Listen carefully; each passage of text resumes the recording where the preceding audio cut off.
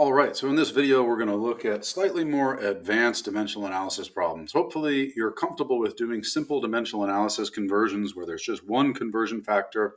You're given a conversion formula. Let me talk about a few twists and variations on a theme. The first example I gave before was feet and inches, right? 1 foot over 12 inches is a valid conversion factor. And so is this, 12 inches over 1 foot, if you want to convert the other direction. But of course, there's more than one way to write that. I could write 2 feet over 24 inches. That would be kind of an odd way to do it, but it's valid because 2 feet is equal to 24 inches. Or I could write 1 inch is equal to a twelfth of a foot. And that's even more odd. And while these are strange, they work, right? They still will give us the same answer.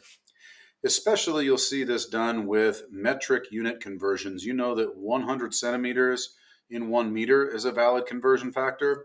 We could write that differently and say a centimeter is a hundredth of a meter, or a meter is 1 times 10 to the second centimeters, and so on. So know that while all of those are written slightly differently, they're all valid conversion factors. And it's especially important that we're comfortable with looking at numbers in scientific notation and seeing these exponents and recognizing whether they're thousands or thousandths or millions or millionths for instance, 10 to the third or 10 to the negative third, 10 to the sixth or 10 to the negative sixth, and associating those with milli or kilo respectively. So the first twist that I wanted to add was there's more than one way to write any conversion factor.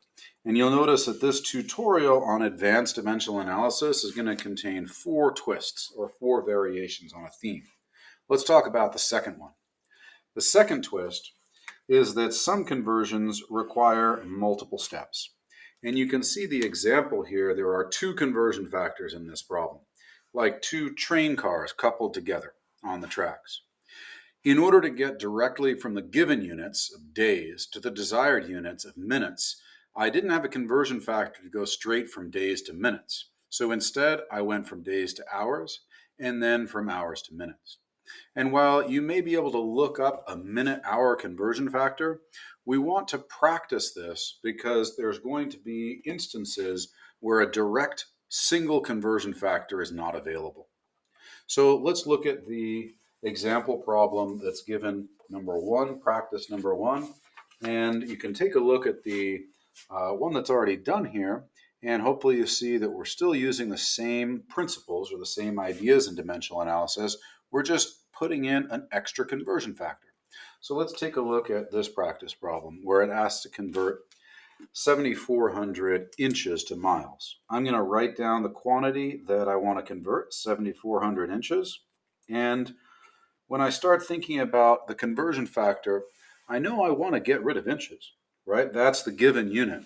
But I can't go straight to miles. So I'm not going to put miles up here because I don't have a conversion formula that gets me from inches to miles. So what's an intermediate step I can take along the way?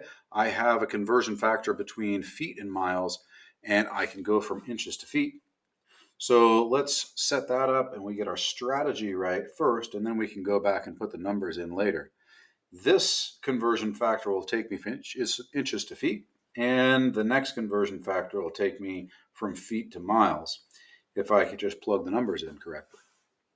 Be careful when you're plugging those numbers in, because many times I've seen students tell me that there's 12 feet in 1 inch. So you want to make sure that you're keeping it straight. The conversion factor has to be equal to 1. And the only way that can happen is if the top and bottom are equal to each other. Now we do the math. Remember that essentially we're doing this A times B over C equals AB over C kind of mathematics. So that's 7,400 multiplied by 1 divided by 12. Of course, that's 7,400 divided by 12. And then divided by 5,200. So this is going to be a matter of taking 7,400, dividing by 12, and then dividing by 5,280, the number of feet in a mile. I get it's a very small fraction of a mile, right? 0.11679. How many significant figures should I keep there? Well, I only have 2 significant figures in my measurement, so I can only keep 2 significant figures in my answer. So I'm going to round that to 0.12. And the units are miles. Remember that these conversion factors are precise values, not measured numbers, and so they do not affect significant figures. Only the measurement is going to limit my precision.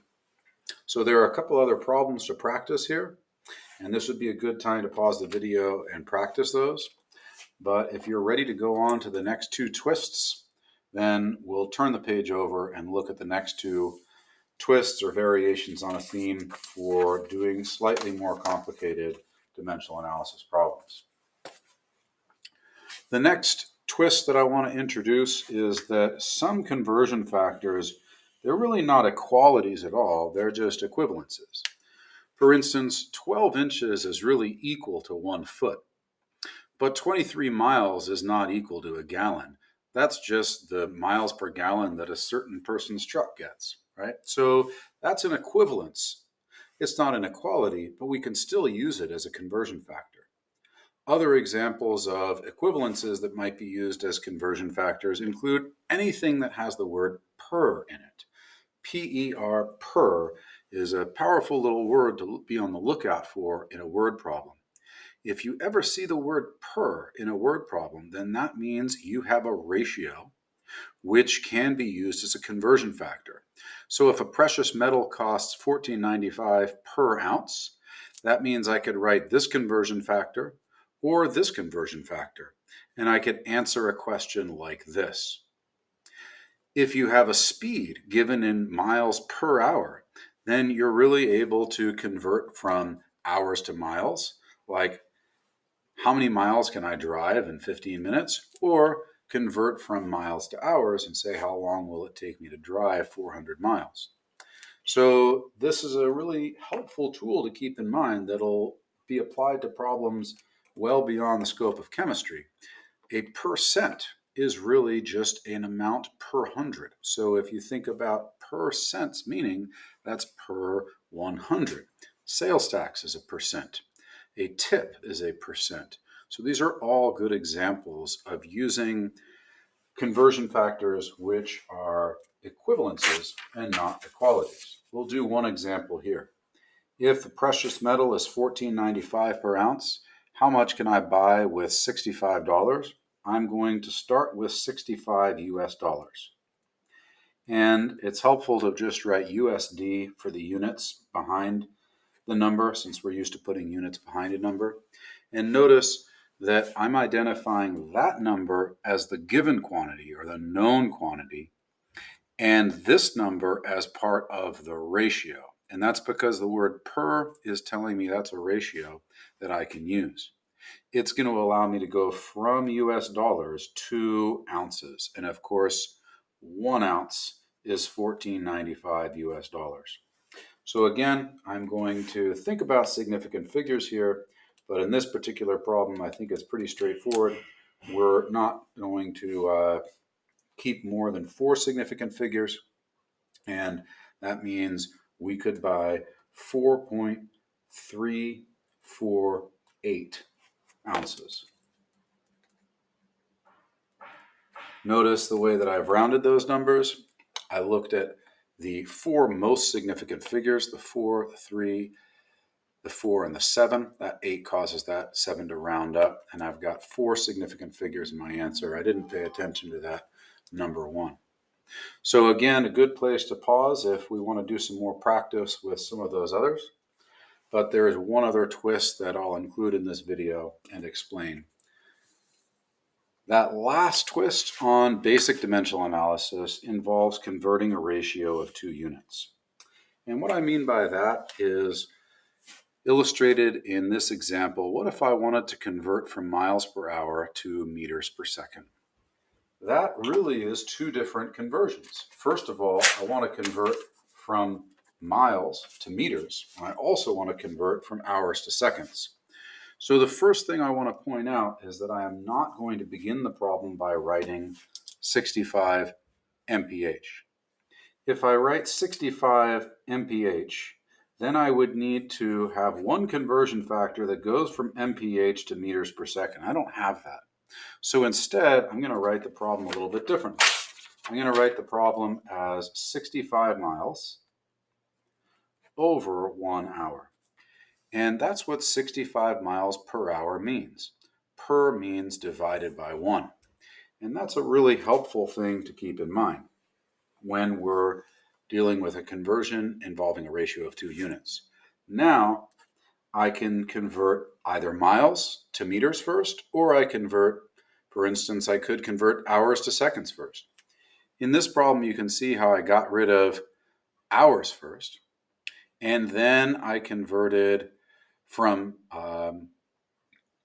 hours to minutes, and from minutes to seconds, and then finally I dealt with the mile meter conversion, but I could have done that in a different order. I could get rid of miles first. There are 1,609 meters in a mile, and then I could have gone ahead and done the time conversions. Notice this other method of doing the problem would give me the same result. What I'm left with at this stage in the conversion factor based on, or the problem based on what I've written in pen, is I'm left with meters per hour. And I don't want meters per hour, I want meters per second. So in order to convert hours, you'll notice that I have to have hours appear diagonally from where they are originally so that they actually cancel. And I want to go from hours to minutes. There are 60 minutes in an hour. And next, the next conversion factor I'm going to use to get to seconds is this one. There are 60 seconds in a minute.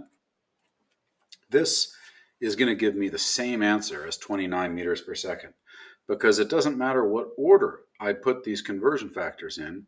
That's the commutative property in mathematics. It's going to give me the same answer. And you might even have thought, well, wait a minute, couldn't you just reason that there's 3,600 seconds in an hour? And it's true. This entire conversion factor could have been replaced by just 1 if you know that there's 3,600 seconds in 1 hour. Then that could be substituted for those 2 conversion factors. As you can see, there's more than one way to solve some of these problems. And so it's going to be important to label units even in your conversion factors so that it's clear what method you're using and what steps you're taking. In case you make a math error, I can always give you credit for the reasoning you're following. So there's a couple of good examples to practice here, and that's where we'll stop this video, thinking about different types of more difficult dimensional analysis problems.